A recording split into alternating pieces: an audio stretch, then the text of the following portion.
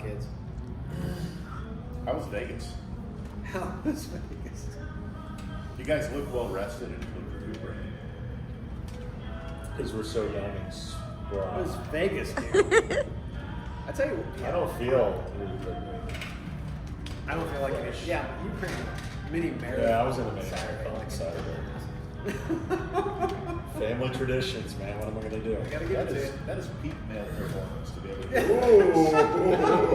Which nobody said Yes. about Joel Cheeseman in his life. Since the 80s. 3 words. Nobody ever said about Joel Cheeseman. Peak male Physical, performance. Never. Never. That never happened. That's the going to be the man. name of this I was podcast. the man in 89. The name of this podcast is Peak Male Performance now. Beers and beer, big male. Okay, so seriously, we're getting Toxic good levels. masculinity. We're good. Test. Another white boy over the podcast. Another white boy with. Have you guys heard that song? Uh-uh. Oh, that's fucking awesome. Another white boy with a podcast. Yeah. So what do you want to talk about? What was the? Are we live now? Just so I know. Oh, yeah. And where are we live? We're live. LinkedIn, Twitter. Well, we will We're be. not live. We're not live right now. Oh, We're just this video. This will be published. Okay. So go crazy. As usual, you don't have to say that twice. Yeah. So what do you want to talk about? So what was the talk at Unleash? What were some of the hot topics that you guys were talking about? Build, buy, or partner was one of the things that we talked about because of everything that's happened in tech, ChatGPT. I mean, all that fun stuff. So that was one of the things that we talked about. But I mean, we literally did 10 plus interviews. So pick a topic. Yeah, I mean, I think there were themes at the. So we have a dichotomy of your knowledge workers are getting laid off to a certain degree, tech workers, which I think is inevitably going to be a good thing because they'll all start companies that hire a bunch of people and get a bunch of money. So I think that's inevitably going to be a good thing. And then you have still a high level of stress around seasonal, hourly, frontline type workers, and their stress is automation and how quickly and do we automate many of the jobs of the frontline workers. So I think if you looked at, for me, like a trend was looking at knowledge base and the challenges they're having, as well as the frontline workers and the trends on that side of the aisle as well. In addition to that, we still have a war in Europe. We have mounting tensions globally. We have an election coming up next year. So a lot of things going on in the fringes that are impacting hiring. Layers, shall we say? Yes. Layers. It's an onion that we peel back. And it makes you cry every time. It makes you cry, yes. Yeah. So what was the general mood? I mean, were people still holding back? That if it's fearful where the economy is going to go, or is it, hey, we're going to take a step back, but after that we're going to have a big opportunity? I feel largely like we're in a bubble. Like we're hearing about inflation, we're hearing about all these things sort of macroeconomics that are struggling. We keep But hearing we're still recession. hiring like a mother. I mean, we're not investing in companies in our space as much, but we don't stop hearing about people still need people to serve food, to take care of patients, to store warehouse goods and services and deliver them to people. Like at a very basic level, employment is really strong while we hear so much in the news that things are going wrong. So hopefully that continues. But I think a lack of funding is good though, because we had we had a sugar rush on funding. Yes, I mean there was it was horrible, right? Now I think we're going to get an opportunity to see these startups actually perform or get eaten up or just die, which is exactly what we need. We have way too many startups, too much noise, too much shit out there that needs to be filtered. But is HR tech kind of lost in the tech bubble or the tech collapse? In the technology industry, but the reality is that there's a shortage of people. Yeah. There is no out. Yeah. Most people don't know this, but up until for the last 40 years, we've had 2 million new bodies, not qualified bodies, but 2 million new people, millennials, baby boomers, even Gen X, come into the workforce every single year. Yeah. And we got immigration on top of that. For the next 20 years, we're going to have less than 500,000 new people Gen Z and Alpha and no immigration. So there literally is no people coming into the workforce to replace this. So we are going to continue to have shortages. But HR tech seems to still be focused on the old practices and falls into the tech bubble. What happens? Shouldn't they? Isn't this an opportunity though to kind of disrupt and transform where we're headed, how we're going to deal with people, new opportunity? But their heads are still stuck up their butts. I got 4 words for you, Ira. Chat GPT.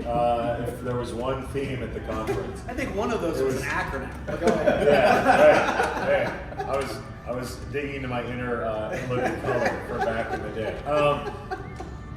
Chat GPT, AI, all these things are going to disrupt what we're going to do. It's going to disrupt companies that currently do what ChatGPT or other AI technologies can do. It's going to disrupt a ton of companies, create a bunch of new companies, and we're going to have a good time talking about all of those for sure. And with ChatGPT, it's Auto GPT now. It's like, what could possibly top ChatGPT? Now it's Auto GPT, Just which is sit back basically and watch. Yeah, like here's the project I want you to work on. Crazy. You put in the parameters, and then it goes and does it. And I heard this crazy story, nightmare scenario with it that just happened to somebody. They put a project in front of Chat or Auto GPT. It ran into a wall, a problem that it couldn't solve. So what does it do? Kill all the people. Kills all the people. That's right. Starts the AI apocalypse. Kill everybody.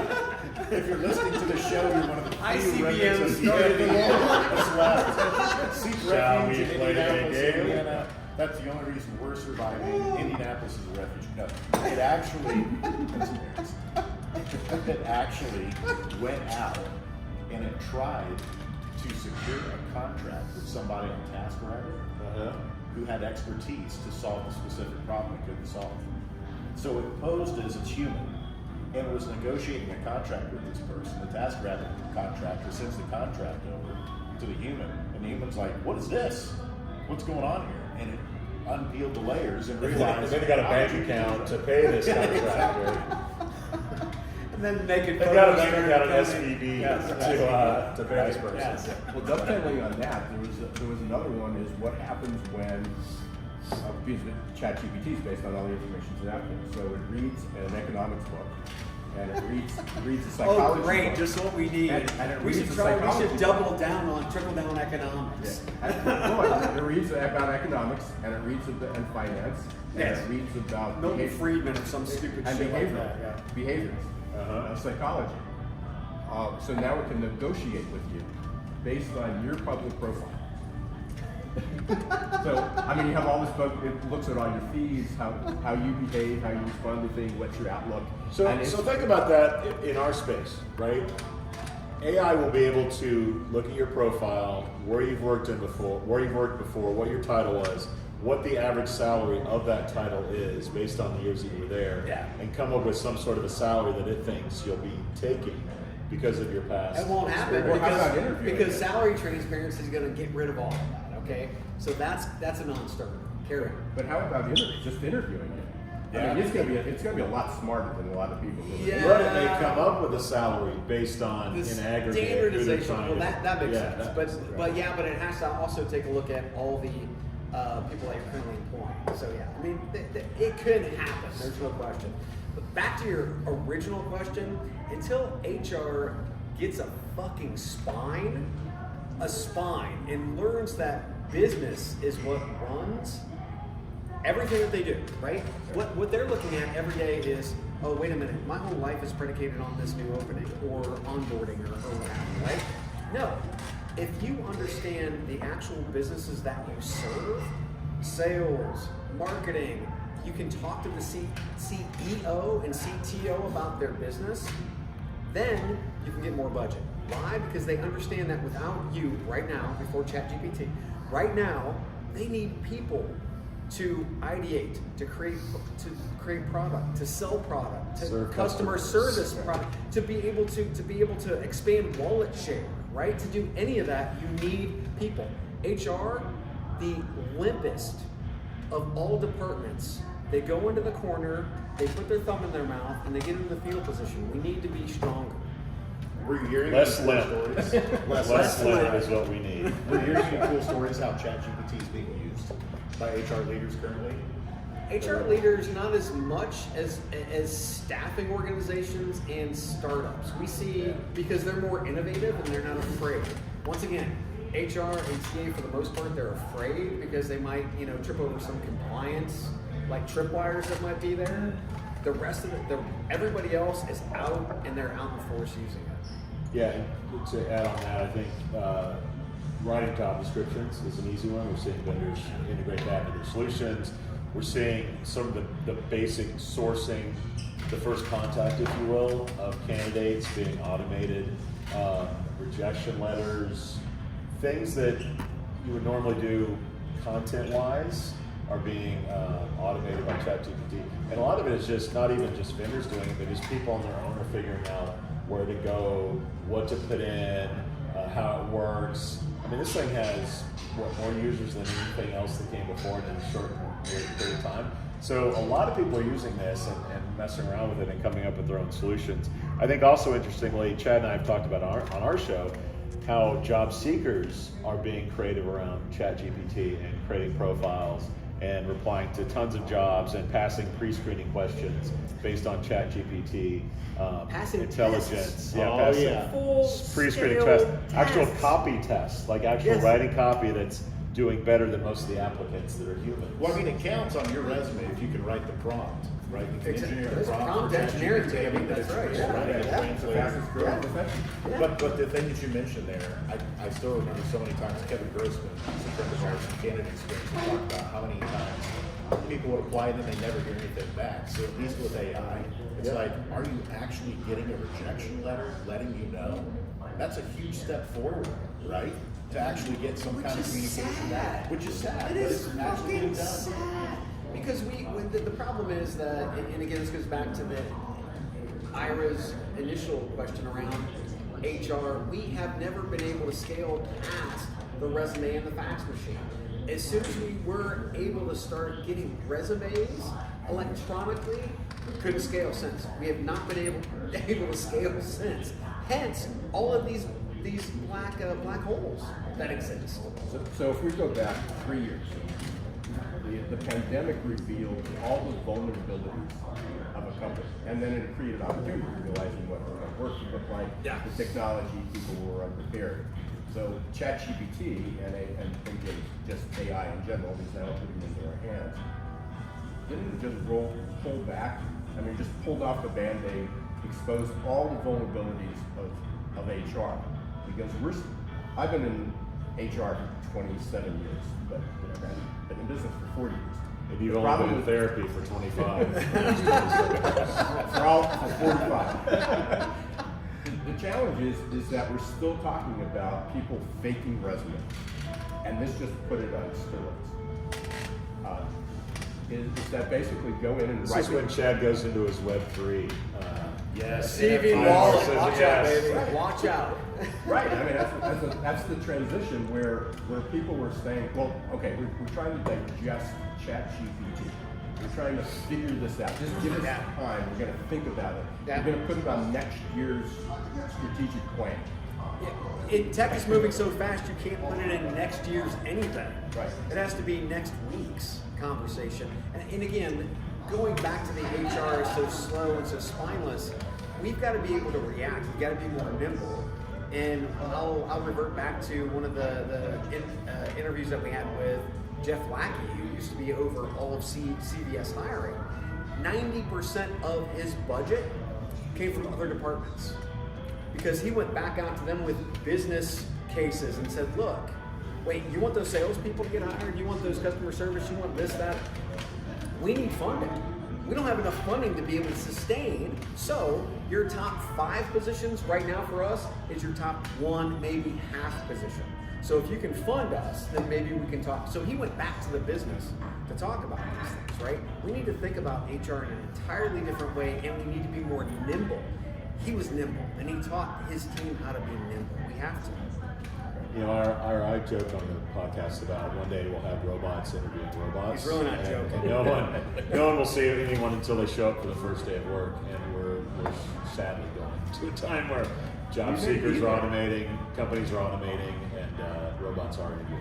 But you guys brought up a perfect use case for NFTs, right? The non-fungible tokens. Like so many times, I'm a big proponent. I'm on the bandwagon on Web3. But so many times the detractors would be like, NFTs, there's no use case for them. As long as you don't call them NFTs, I think you're okay, right? Just like you don't call it blockchain, right? You don't call it blockchain. You're like, oh, okay, I'm okay with that, right? Yeah. It's like, here's a product. Here's what the product does. Oh, that's fucking cool. It's NFTs and it's blockchain. Oh, wait a minute. Get me away from that thing. Yeah. But I mean, the use case, you just brought it up, is it's going to be really easy for people to fake things that they contributed towards their experience and stuff like that with AI. So there's got to be like proof of authenticity in the things that you actually contributed toward. And then also, you can't have guys like Joel that are trying to pose as Drake coming up with music that sounds exactly like Drake. Gotcha. You know, so there's got to be this proof of authenticity on the artistic side of things too. Actually, I was born to look like Drake, so the voice isn't that big of a leap for me. So let's get into this. LinkedIn has recently partnered with Clear to verify profiles. Does that mean I can get on my I'm not looking for a job, so I don't really give a shit. Some people. So are you bullish, bearish, hold on LinkedIn verifying profiles through Clear? I don't trust them. And it's because I don't have. That's a bearish. Yes, selfish. You're selling LinkedIn. Okay. How about Ira? What about you, Ira? What do you think? On using LinkedIn for LinkedIn, well, they're profile Clear. verification through blockchain and/or LinkedIn/Clear. What else is out there? Well, I think that's the direction, but it goes back to we have no guardrails in place. Yes. So part of it is utilizing that to verify it, to make sure people are actually who they are. Yeah. I think it's a good thing. I mean, it goes back to what we were just talking about with resumes. Do you have your blue check, Ira? Yeah, I blue check. do. All right, Which there you means go. nothing. Yeah. Which fucking means It nothing. means he submitted his ID to Elon Musk. So it means something. Means nothing. And I went through the LinkedIn process. That's why I'm bearish. Well, we're going towards a blue check ecosystem. But there's no whether it's guardrails. I'm not saying Twitter, but people are going to need some sort of verification. I think going forward, whether it's blockchain, whether it's NFT, I whether think it's the guardrails come in with Europe. Because Europe is actually setting the stage for the entire world for a lot of this technology with guardrails. GDPR was, and from what we're hearing, was really just a mechanism to slow the American machine down because we were so far ahead of Europe. And now we have to think about, oh shit, if we want to sell things in Europe, pretty large, markets with 44 plus countries. So what do you think about that? Compliance, guardrails, do you think that Europe is really going to lead the way since the US is really just focused on cash as opposed to how it treats its people? I'm not sure leading the way is the solution because they're still globalized. I mean, there's countries that aren't going to participate. There's businesses that aren't going to. Yeah, but if some and big how do ones you deal do, with an enterprise company? let's say Germany. Let's say Germany does the biggest GDP in. Why'd you pick Germany? The Why? biggest Why Germany? GDP No offense, in Rathskeller, Europe, but- and we're here at the Rathskeller drinking German beer. Roast. Anyway, if one of those countries does it, it's much like California putting in regulation, right? The rest of the country really has to fall in line, right? Well, we all know that Reddit is the 100% source of all truth. And what I saw on Reddit, You didn't know Joel was Q, did you? He's an on. you guys are famous. But yeah, on Reddit, they were talking about this subject, and what was really fascinating about it was how many users of ChatGPT have said that basically the governor has been put on ChatGPT already. They'll put in the same types of questions or prompts, and it'll give a response like, I'm not qualified to answer that question. Or to put some kind of a disclaimer out there, and it won't actually answer it. Yeah. And so we are kind of in this weird space of we do want it to advance, we want it to be able to help us innovate and create new product services, solve problems. But then we also have this problem of, is it going too fast where it's invading privacy? Or is it stepping beyond its bounds of what it actually has competence in? Is it actually fabricating and creating false information? Definitely fabricating shit. Right? Yeah. But you can put all. I mean, you can create the regulations and the compliance and the guardrails. but then you have China and Russia. So how do you enforce compliance? You stop them doing business in your country. That's how you do it. That's the only way that you can. That's the only way you can force China or Russia to do anything that you want them to do. Is TikTok. choke off the cash. That's it. That's it. But you're talking about no backbone. We've got Yes. Congress. I mean, when they're trying to figure out how Facebook still makes money. Yes. I don't realize they changed the name. I don't know. Business model. Yes. So I think they might go back to Facebook, by the way. Someone from the audience brought up a good question. Does all this confusion and ID verification lead us back to a time where we just hire who we know, like personal friendships, contacts, who knows who, which throws in a whole other diversity, inclusion, equity challenge to that. But do we go back to, do we know? Like, we don't know what the bots are telling me. What is AI telling me? I'm just going to hire the dude I went to school with, and they know somebody that wants to be. I think Then organizations better hire people that are is really it still well not what you know? It's like like you. Like you. What about? Like you guys. They need to hire people like you guys. And That's nothing but what white the dudes. industry- So get a podcast. Middle-aged white Yeah, of dudes. course. Yes. Right? Yeah. I mean, yeah, or white. It could be. I mean, that could be the fallback position, but I don't think that's ever the answer. And most of these companies are making record profits, and for them to say that I can't efficiently go after, fuck off. Use the money that you have, go diversify your workforce, and then build from there. One of the things that we did, don't want to get too political, but back in the 80s, is we started cutting off funding from employers putting money back into their employees. Trickle-down economics, we were like, hey, here's all these tax cuts, you're going to put it back in the market, which they never really did. Instead, right, back then they were incentivized to drive and build talent pipelines within their own organization. Today we don't do that. We talk about talent pipelines, there's no company that has a talent pipeline that exists. Very few, put it that way, right? So we need to get back to actually building talent pipelines within our communities, and then our companies start to look at our communities look like, right? I mean, that whether it's policing, whether it's just Fortune 500 companies, we need to get back to that. And when we stop focusing on quote unquote shareholder value, when we focus on the long-term existence of an organization, then I think we have some. What was this? Go ahead. So going back to your question, Yep. do we move back to human connections of who we know because we're comfortable with it? But it wasn't very good before. I mean, we hired people that we're comfortable with. And we knew we got what we got, but it was a low common denominator. Yes. And just as over the last 3 years, we've talked about how we can't build relationships, we can't build cultures through a screen because there's no serendipity, there's no creativity, but that's only because most people don't have the ability to do it. Yeah. So part of it is the companies revert back to that, just as they are now, is bring everybody back to the office. Because that's the only place you can have innovation. Here we go. Serendipity. Have you seen the new Upwork commercial? Of course. Okay, so the zombie grandpa who can't die because he's afraid of his company going under because all he could do is hire his kids and his grandkids, and they were shit for talent. But then he went to Generation business. yeah. Then he goes to Upwork and he's like, I've got all these talented people all over the world, right? That's exactly what Ira was just talking about. So, I mean, we keep going back to this lowest common denominator of what we're comfortable with, going back to normal, which we can't do because it wasn't very good before. So the whole We hiring have process. CEO after CEO talking about we need to go back to what it was. We need to go back to the office. We need to go back to It's because they're all a old culture. white dudes. and most of them have ownership in commercial real estate, which is a side issue. But where are you with Could be something. remote, hybrid, get your ass back in the office? Where do we go from here? All of the above. And well, that's actually one of the parts we talk about.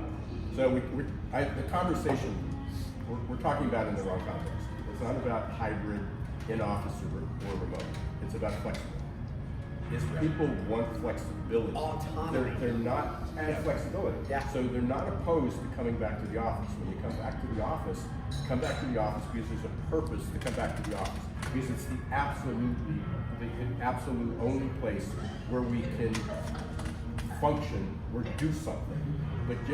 But I spoke last week and 2 weeks ago in Missouri, and one of the people shared to us. She said, I went into an office yesterday and walked down the corridor, and there were 10 offices.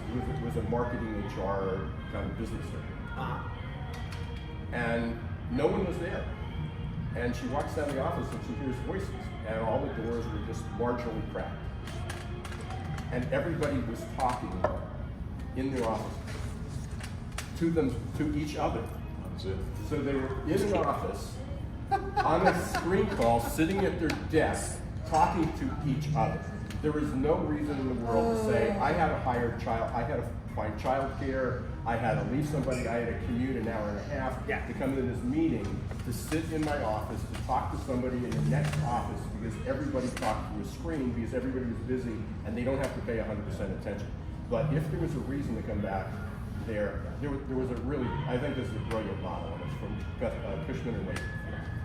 We just interviewed Brian Burton a couple weeks ago, and they have a model called experience per square foot. And it looked at productivity was number one. They looked at the productivity of people wherever they are. It looked at collaboration. It looked at employee well-being. It looked at community. And it looked at communication. So those were the 5 metrics. And they put it into this measurement of experience per square foot. And they said, where is it the highest value number? The highest number. Where they're playing Juice Newton, Morning Angel. That's where the experience. That's where I want to work. That's the soundtrack of this So part of podcast. it, it's an interesting model and it puts it in different perspectives, but where does that happen? And that's the problem of thinking, are people more productive in the office or remote or hybrid? And it still amounts to flexibility. Because even the 4-day work week, which now regenerated for the 15th time. So the 4-day I still wear my khakis on Friday. Casual Friday. That's not very They still productive. have wing juice. They still have the pleats. That's very. They go all the way down. Anyway. That's not flexible for people who have, if they have a working spouse and they have to be in the office Tuesday, so do I have to be in the office Tuesday. We have to find childcare for one day. Yeah, that's dumb. That's not flexible, which means you piss somebody off and they don't want to do it. So what's flexibility? How do you create flexibility? And that goes back to HR and their alignment, or business and their alignment with HR. What's the measure? What are you trying to accomplish? How do you measure productivity, communication, collaboration, employee well-being? How do you put all that stuff into a mix? So am I hearing you say work from, like, going back to the office is bullshit? The story you just told. No. The story you just told was it's bullshit. If it's a mandate, it is. Because What is it not? you need companies need metrics. They need the right. Why are you bringing people back? What's the purpose of bringing people What back to metric the office? does that work favorably? Right. What can you accomplish? What are you going to accomplish by bringing people back to the office, mandating it, that you can't accomplish if they work somewhere else? We shouldn't be. Okay, so first and foremost, Henry Ford came out with the 40-hour week in the 1920s. Okay, that's still where we're at. We're focusing on the amount of time that we're taking, or that we're quote unquote giving, as opposed to the outcomes. I don't give a shit if, and I didn't care when I was building teams if it took me 20 hours to get to the actual project, timeline or not. It didn't matter. And when we start to get into that old 1920s mindset of we've got to be there, and this is manufacturing. Most of us aren't in manufacturing because America doesn't make shit. So now, 40 hours a week doesn't mean anything. So here's the tie. So it's not only that. It's not only when people flexibility is not only where people work. It's about when they work and what are they doing when they work. How much they get paid. Right.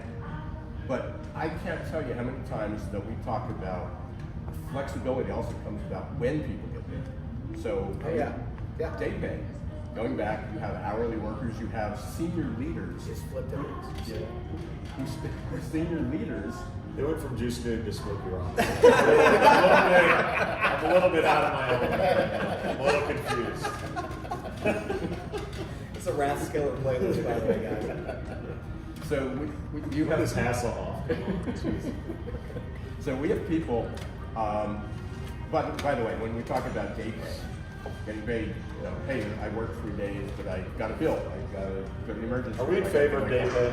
Yeah. Yeah. Absolutely. All right. Yeah. Make sure. It'll never work because obviously it doesn't work on time or not work. It's all banks are basically. We love it, so it'll never work. That's not how the cash is derived either. All your trade people.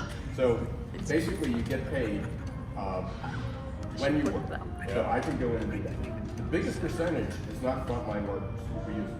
The biggest percentage is not necessarily C-suite, but management. Is it because it's not available to frontline workers? No, it's just when they make it available. Yeah. The highest percentage of users turns out to be managers and above. Okay, that's the percentage. But that's just a side. So part of it, people are living. So you're telling me SVPs are taking daily Yes. pay? Yeah. News to me. Yeah, people who don't need the money, but they want to get it into the account quick. Yeah, So, two reasons. Reinvest. Well, one, SVPs don't live day to day. Everything I've ever read was that it was for frontline workers. It was for frontline workers. Hourly pay. I've never heard of anybody building this Okay. for executives. This is new. This is new to me. Write this down. Yeah. Write this down. So let's take that off the plate. I left my notebook. Let's take it off the plate. Who uses it? My original point, I was a distraction of the version. The original point was, is that the objection I hear with that is that, we asked our payroll company to do it, and they say they can't. Or we asked our bookkeeper, and it'll mess up. Or we asked our managers, and it'll mess up our accounting. Okay. So the problem is that there is a demand for it. There's a purpose to it. There's a reason that you can attract and retain employees if you offer that type of pay. That hey, I've worked a week, why don't I have to work another week because I'm all stressed out and I don't have money to pay to get my car out of the garage. I don't have time to take my kid to the doctor because I need cash. Because the payroll system or the accounting system or the managers don't allow it to happen. So we keep going back to there are solutions out there that have been around for 5-10 years that companies just trip over their feet with policies and administration is go find another payroll company. Figure it out. Yeah. But if we're giving you a way that will attract and retain people and say, hey, the only reason I'm going to work for you is because I can get paid by the day. I don't have to wait 2 weeks to buy groceries for my family or get my landlord off my back because I can get the money that I put in and earned already. And somebody comes up with a brainy idea is we can't do it because our HRIS system doesn't do it, our payroll company says we can't do it, our CFO says we can't do it. Get rid of it. Yeah. Change it. Fire. Yeah, and get one that has Bitcoin reserves. I mean, for the last 6 years, you guys talk about TA all the time. Did the crypto king just say something? No, sorry. The other part of this too, we're talking about the money side of it and where people work, is when people work. And Yahoo just had a fascinating report that came out on millennials and Gen Zs. You know what the new 9-to-5 preferred working hours are for millennials and Gen Z? 6 p.m. to 2 a.m. Sign me up. More shocking is Yahoo still has flat Breaking news. Yahoo. First Yahoo. That's right. Looking for a sponsor. But yeah, that absolutely just floored me that the other part of this freedom is not just where you work, but when you work. And that there's a lot of people that It based on their shouldn't schedule. fucking matter. That's what we need to get down to. It is like, look, if I have goals I have to hit, right? If I hit those goals, it doesn't matter when I work, how I worked. If I was at the strip club down the street, for God's sakes, I got shit done, right? If I'm coding while I'm having, prime rib with cherry, it's okay. That's right. Well, I think that's what this report was showing was that there needs to be that flexibility. Like, if that's when they're saying those are their productive hours, when they deliver the most value for the company, and it works best in their schedule, why not? But I've heard the same They were argument. like doing a rager, and then they went straight to work after The that. same arguments going after the shift is that, hey, we can't find somebody we don't have enough nurses. The healthcare, I came from healthcare now. Yeah. So we don't have enough nurses, we don't have enough staffing, and we have a 7 to 3, a 3 to 11, but you do have people that can work from 11 to 7, or 11 to 6. But then the problem still goes back to, but how do we do the accounting for that? Because our models are set up. These are literally conversations that I've heard. They're all hourly anyway. It doesn't matter because It